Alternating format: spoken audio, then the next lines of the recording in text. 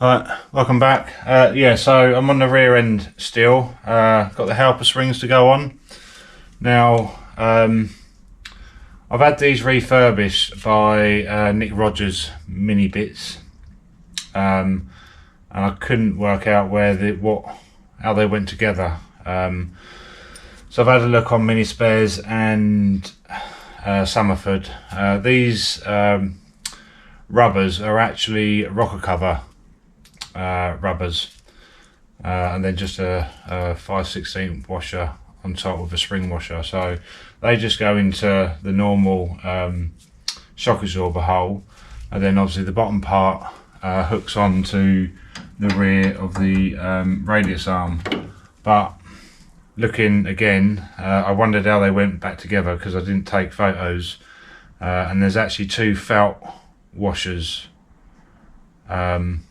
or felt type washers that go on there, which I don't have, so I can get them fitted at the top, but I'll have to order them. I haven't got anything else that's similar sort of thickness and that, so and then also when I do try and connect them, there's no way I'm going to get that on there, even by trying to pull that and trying to stretch it. So I'll have to take the bump stop off, put that on, connect it, and then put the bump stop back on. So I'm just going to get this fixed on so it's kind of hanging there. And then I'm going to get the rear back plates and hubs on.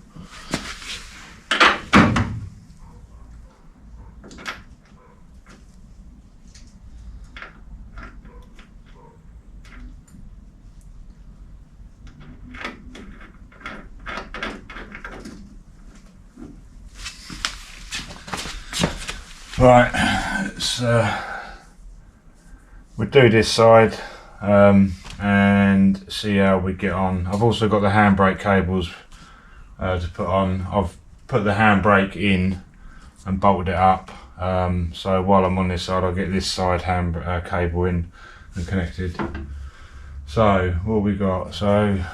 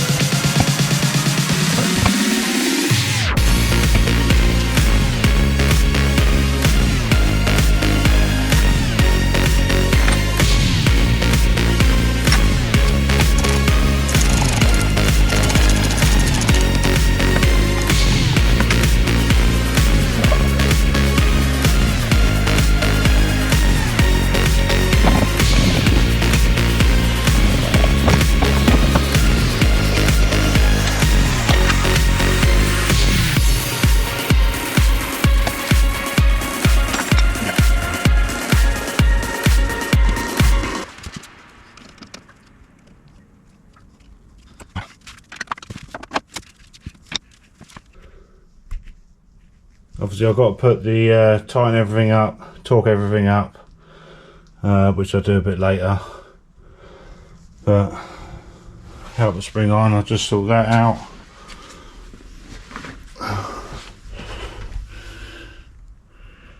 Battery cable got to go in, which I'll do that probably next. Then I may work on the fuel tanks, fuel lines, and so on. Handbrake cable in. I've just got to put the rubbers and the brackets on, which I'll do after lunch. They're there already. I've got the old rear shocks. I'm just gonna show you this.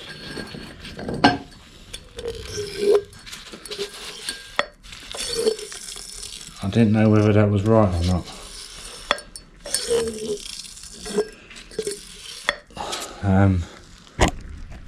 There's nothing.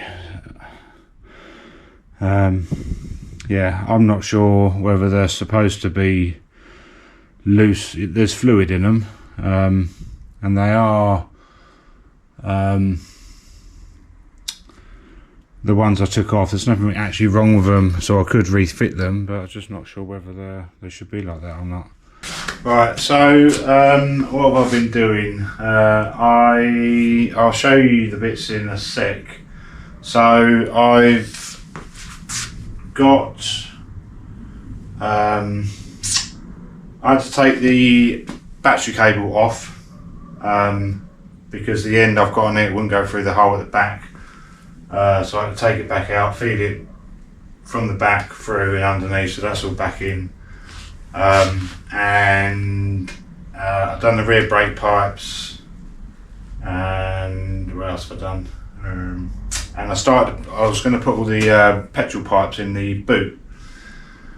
Now I ordered 1/4 inch because that's what I thought was standard, but it's not, it's 5/16. So all the braided hoses I've got are wrong, so I've got to order them. I've tried easing it onto the pipe, but I just can't do it. It's splitting the pipe as I'm doing it. So I'll just show you the bits I've done.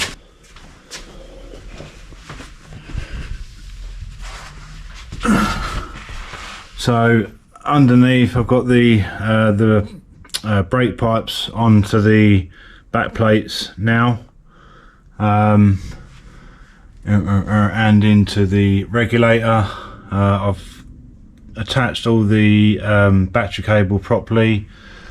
I've now attached the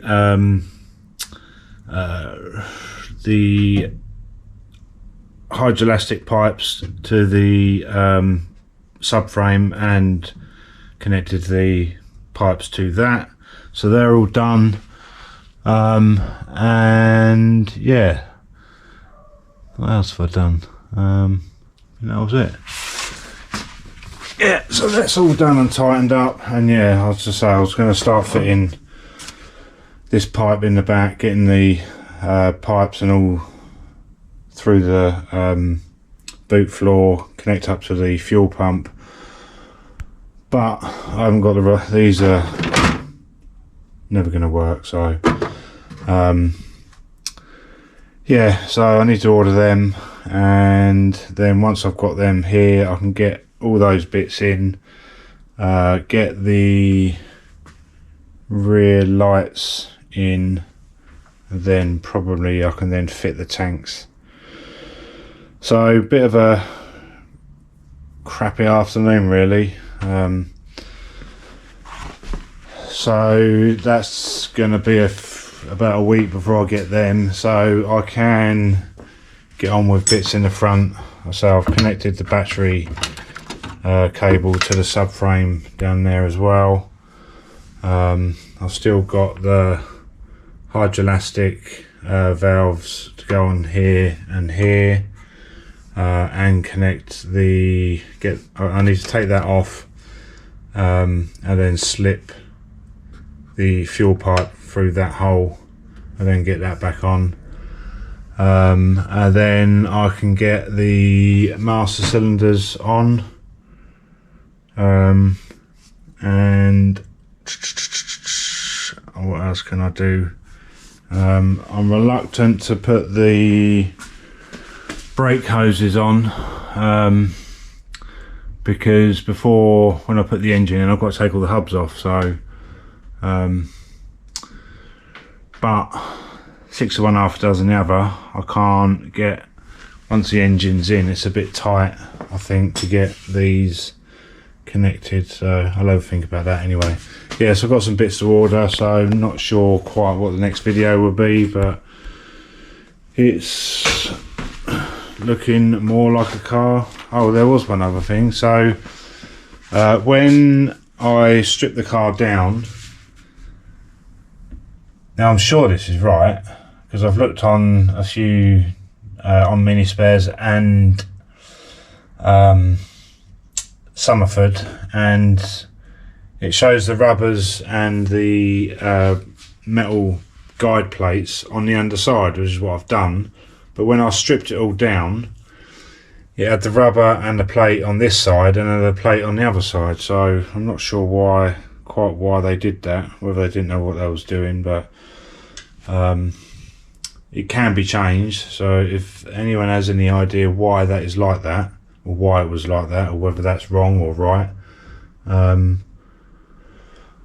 yes, I could look at the other Minis, but it means I've got to uncover them all, strip the carpet out and so on. So I just want to know whether I need the plates on the inside as well. Right, welcome back. So today I'm going to be doing just a lot of bits and pieces. Previously with the heater, I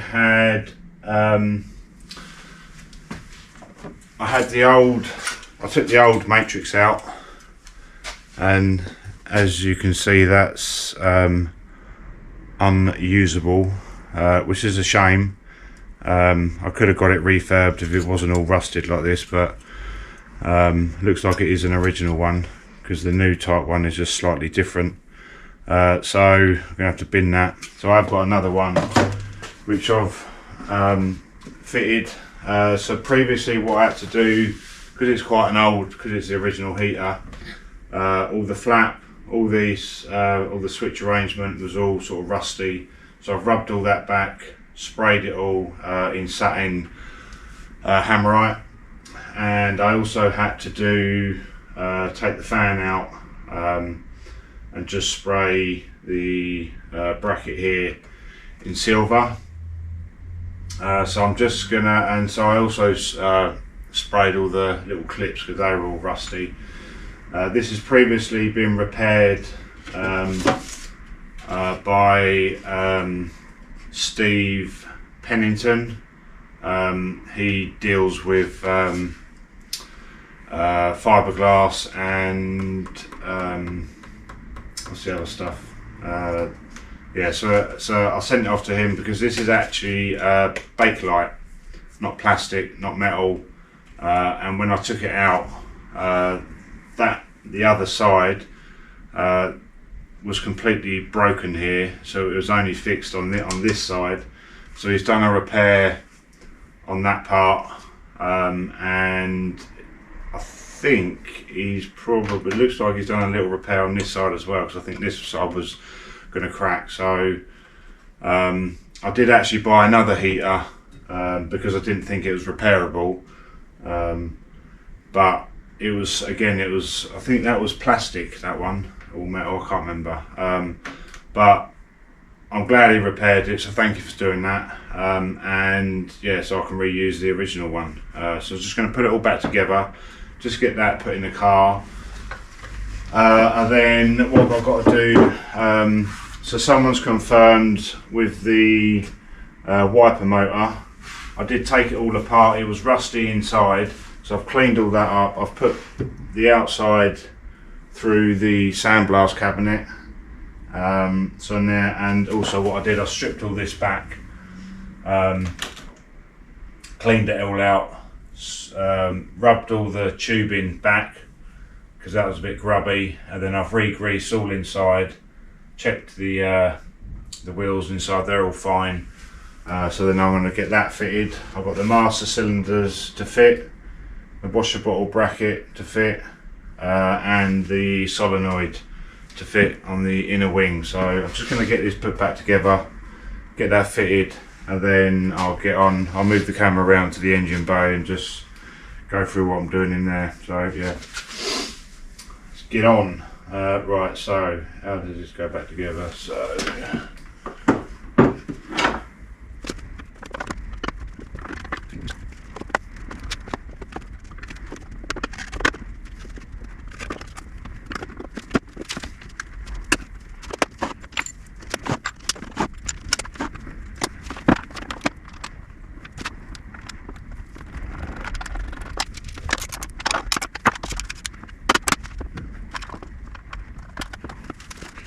good as new. I've got a new couple of stickers for these. There's a plate that obviously goes on there, and I've got a new sticker for it. The other one was a bit bent and buckled, so yeah, I'm just going to get that in the car. I'm not actually going to fit that fully yet. I'm just going to get it sat in there because I've still got the pipes to go through, and just want to make sure the wiring is all where it should be.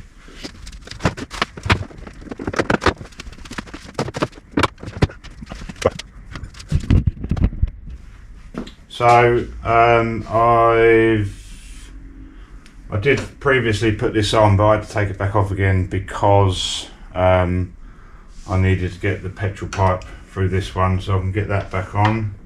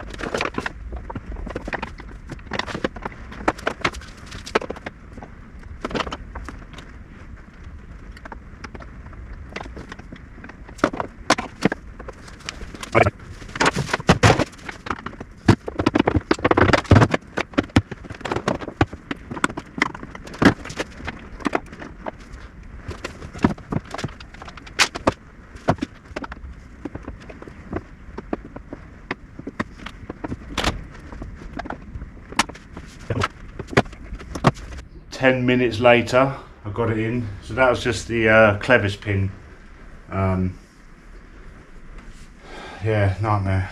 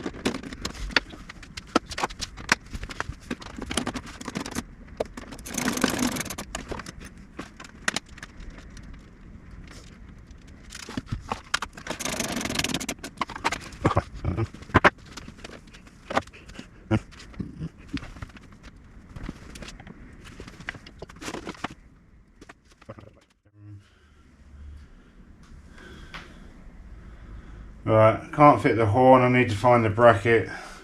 I'm sure that goes there, but I haven't got the bracket for it. I'll search for that. So I'll do that another time. So, yeah, so as you can see, or as you've been seeing, they're in, tightened up. Just need to put the R clips in for those.